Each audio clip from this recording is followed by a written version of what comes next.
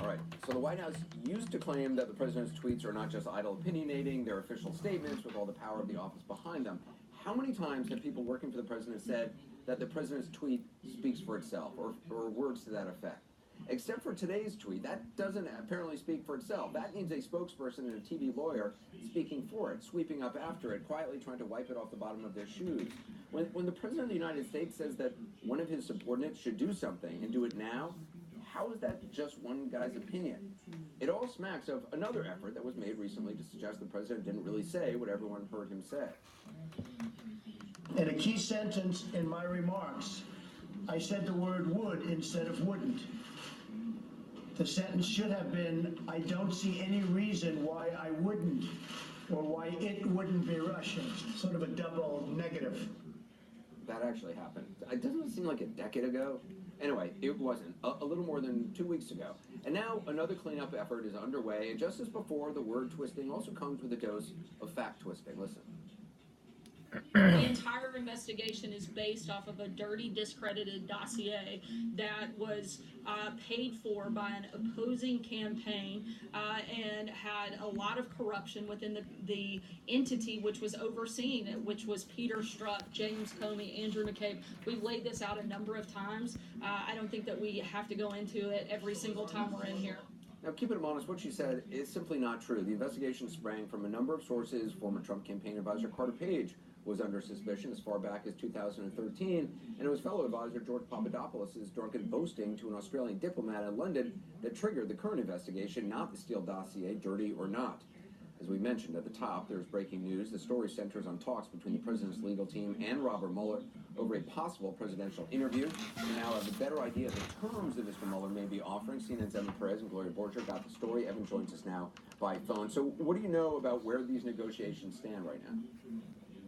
Well, Anderson, there's an important concession by the special counsel in this latest proposal. We're told that they finally got a response from the special counsel, first time in almost a month that they've heard back from the Mueller team. And in this proposal, they're essentially they're suggesting that they're willing to limit the number of obstruction questions that the president would be asked, but that will still be asked some of those questions in a sit-down interview. So the president's team has been proposing this idea of a take-home test. I like to call it a take-home test, where the president gets the right answers to some questions about anything related to things that happened after he was inaugurated as president. So anything having to do with obstruction would come in this written test, so to speak.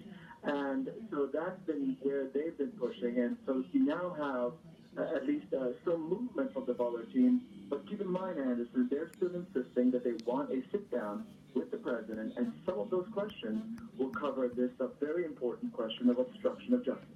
Do we know at this point where things stand about any questions regarding collusion?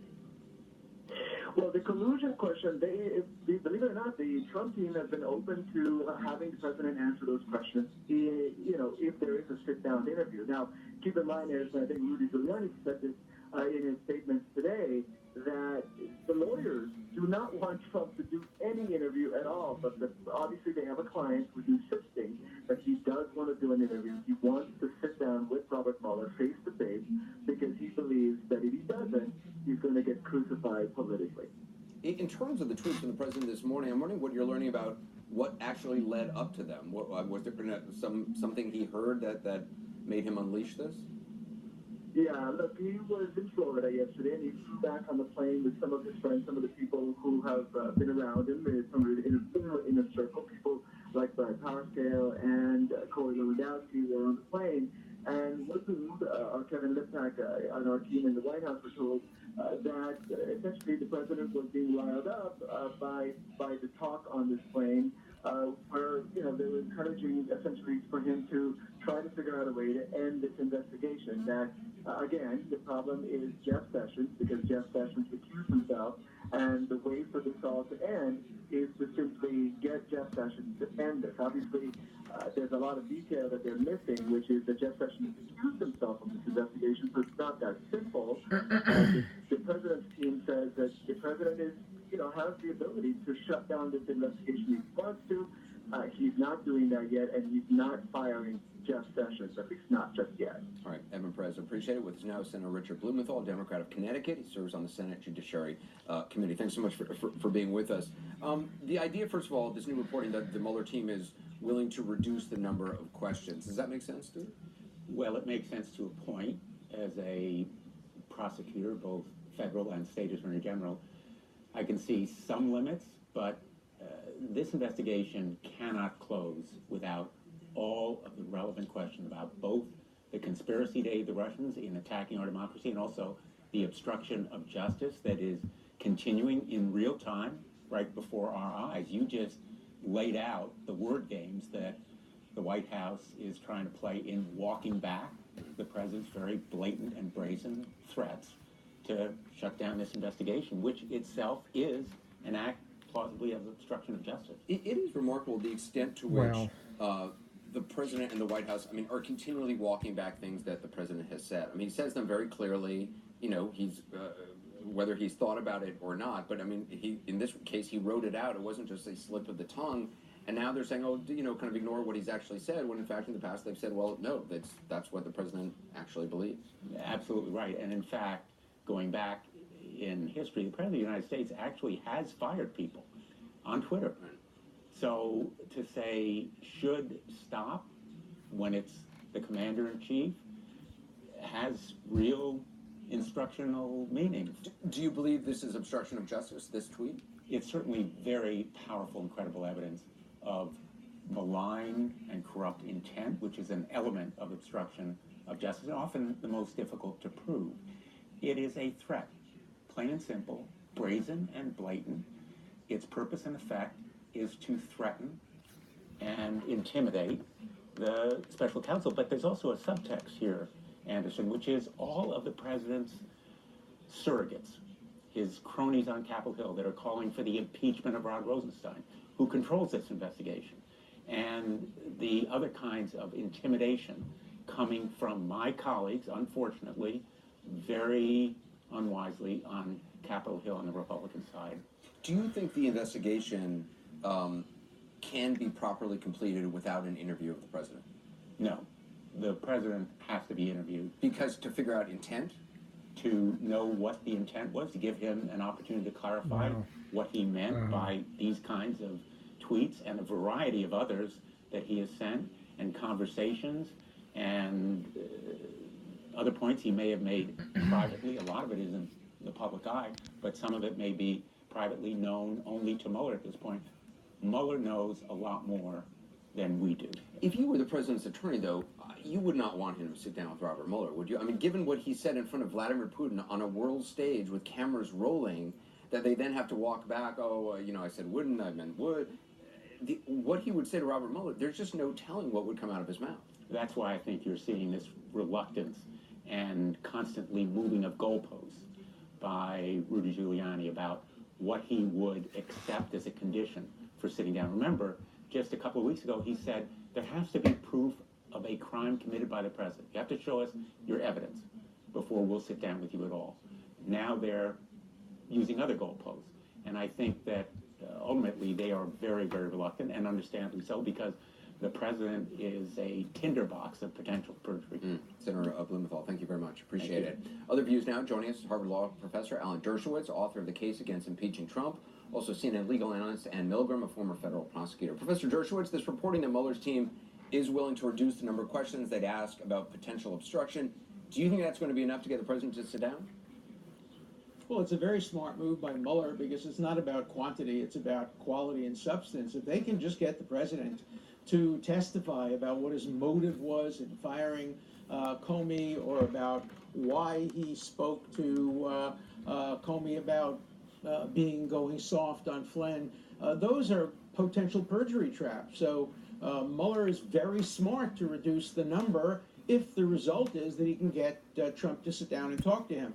The lawyers are not happy about this. The lawyers do not want the president to answer any questions, because that would subject the president to a possible 1001 prosecution, that is lying to a prosecutor.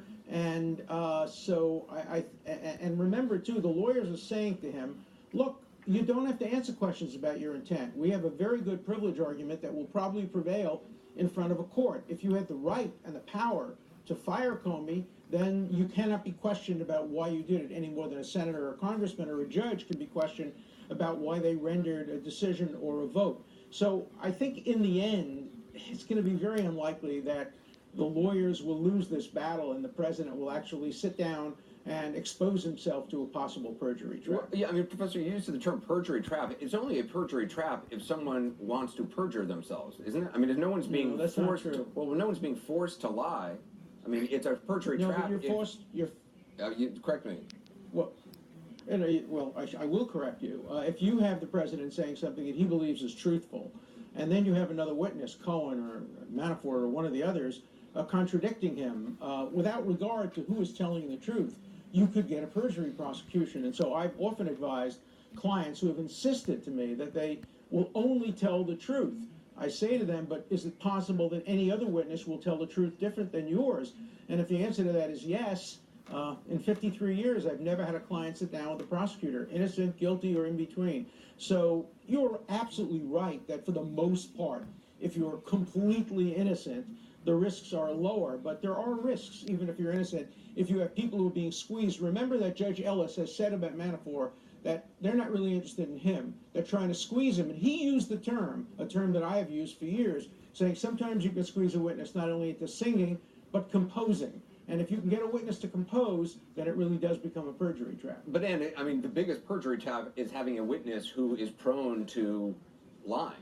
No question about it. And also I think, the way that the professor is describing perjury, it makes it seem like if there's two completely different versions of events, someone can be charged with perjury. In my experience as a state and federal prosecutor, that's not the case. To prove perjury is a very high standard, and you actually have to be able to prove to a jury that one version of events is false. And so, again, I tend to think the same way most people do, that, if you have nothing to hide and you're going to tell the truth, you should go in and talk to the investigators.